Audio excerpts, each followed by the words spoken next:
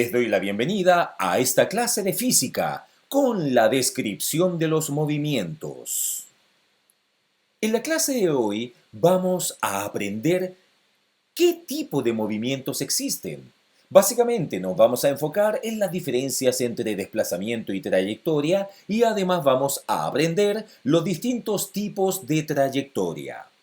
Para poder describir un movimiento, habitualmente se utilizan los conceptos de trayectoria, desplazamiento, distancia recorrida, rapidez, velocidad y aceleración. En ciencias naturales se dice que muchos seres vivos tienen la capacidad de desplazarse. El desplazamiento delta X de un cuerpo indica el cambio de posición experimentado por él durante un intervalo de tiempo. Gráficamente se representa con una flecha llamada vector, cuyo origen muestra la posición inicial del objeto y la punta indica su posición final. El tamaño de la flecha representa el módulo, o sea, la cantidad del desplazamiento, mientras que el extremo de la flecha representa su sentido. El desplazamiento solo depende de los puntos entre los cuales se ha movido el cuerpo y es independiente del camino seguido por él. O sea, aquí podemos observar el desplazamiento. Imagínense que este auto representa a una posición que podríamos considerar mi casa. Y a esta casa le vamos a llamar X1.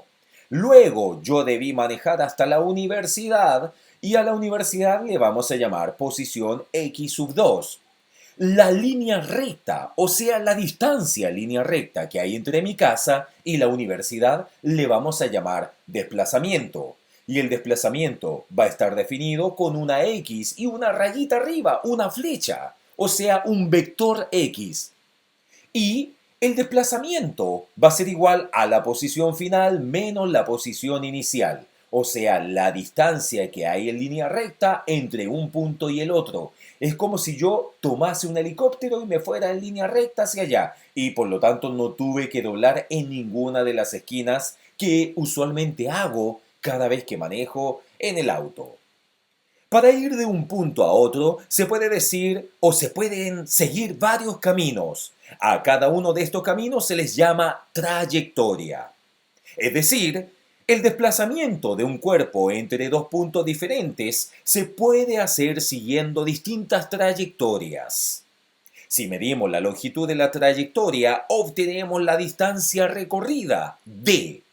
Si se consideran distintos puntos de una trayectoria en relación con los instantes de tiempo, se obtiene un conjunto de datos que se denomina itinerario. Si un móvil se mueve recorriendo una trayectoria cerrada, su posición de partida coincide con su posición de llegada, y por lo tanto se considera que dicho móvil no se desplaza. Dicho de otra manera, volviendo al ejemplo donde manejo desde mi domicilio hasta la universidad, podemos ver que existe una distancia recorrida d. Entonces, en cada una de las esquinas tuve que doblar, había una curva, etc. Por lo tanto, me doy cuenta que la distancia recorrida podrían ser 30 kilómetros, pero el desplazamiento a lo mejor fueron solamente 3 kilómetros. Aquí me doy cuenta que la distancia recorrida puede ser mayor o igual que el desplazamiento. Entonces, en la última idea, ¿qué pasa si por alguna eventualidad yo di toda la vuelta completa, pero volví al punto inicial? Ahí vamos a decir que el desplazamiento es igual a cero, porque la diferencia entre la posición final y la posición inicial es igual a cero, si yo volviera al mismo punto de origen. En cambio, en el ejemplo de la universidad, observamos que claramente la distancia recorrida d es mayor que el desplazamiento x vectorial. Para que se entienda de mejor manera, lo que vamos a hacer es analizar la siguiente actividad y vamos a observar las tres situaciones siguientes. La línea roja indica la trayectoria de cada cuerpo en movimiento y la línea blanca indica su desplazamiento. Las preguntas son tres. Primero, ¿qué es mayor en cada caso? ¿La longitud de trayectoria o el desplazamiento? Segundo, ¿Qué diferencia hay entre la trayectoria y el desplazamiento? Y tercero, dibuja otras trayectorias que podría haber recorrido cada cuerpo para lograr el mismo desplazamiento. ¿Es siempre posible? Obviamente no les voy a solucionar el problema, pero les voy a dar algunas ideas. Fíjense que la abeja va desde este punto inicial, da toda una vuelta, terminando posada en ese punto final. A lo mejor aquí el desplazamiento es igual a 1 centímetro, pero el camino recorrido probablemente fueron 10 o 15 centímetros. O sea, el camino recorrido de la abeja fue mucho mayor que el desplazamiento, porque el desplazamiento depende de la posición final menos la posición inicial. En el segundo ejemplo hay un modelo del planeta Tierra girando alrededor del Sol. Fíjense que partió desde un punto inicial, dio la vuelta completa y terminó en el mismo punto. A lo mejor fueron miles de kilómetros, cientos de miles de kilómetros, los cuales la Tierra tuvo que recorrer. Por lo tanto, la distancia recorrida son cientos de miles de kilómetros, pero el desplazamiento es igual a cero. ¿Por qué? Porque la posición final es igual a la posición inicial y habíamos dicho que el desplazamiento es igual a posición final menos la inicial. Si estas coinciden, la solución es igual a cero. Por lo tanto, hay un desplazamiento nulo. Tercero, podemos ver un barco que se mueve de derecha a izquierda en línea recta.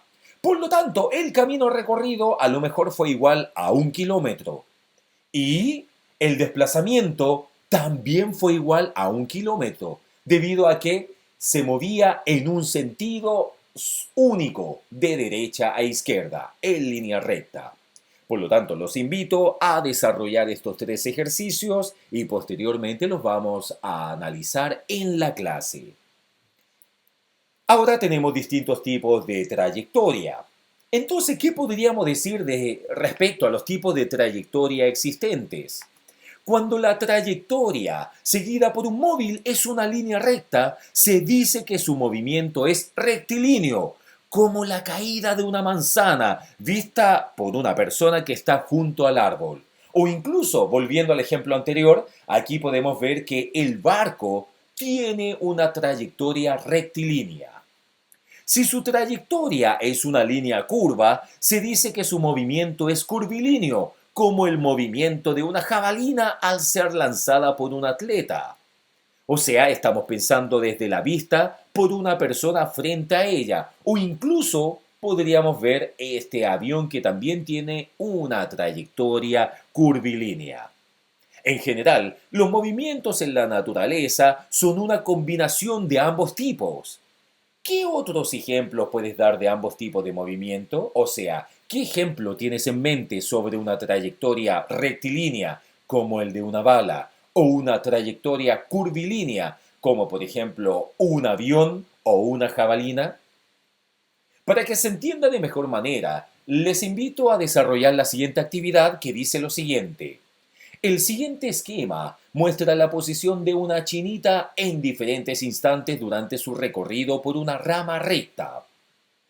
El recorrido comienza en A y avanza hasta B, o sea, comienza acá en A en un tiempo igual a 0 segundos y avanza durante 8 segundos hasta la posición B, donde gira y se devuelve hasta la posición C, o sea, a los 12 segundos ya estaba posicionado en C.